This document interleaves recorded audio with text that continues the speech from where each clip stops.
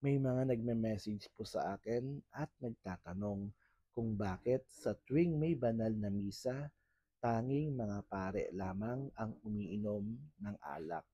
Ang mga laiko o mananampalataya ay tinapay lamang ang kanilang natatanggap. Mga kapatid, naiintindihan ko po kayo kung bakit kayo may ganitong katanungan.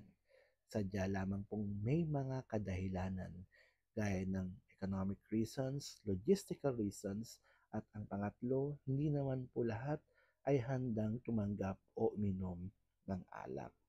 Ito naman ay pinagtibay din ng ating simbahan noong 1500s sa Council of Trent.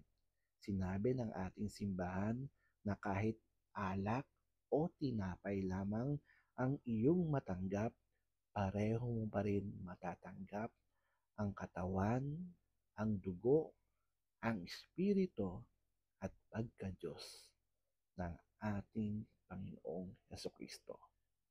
Sana po nakadagdag kaalaman.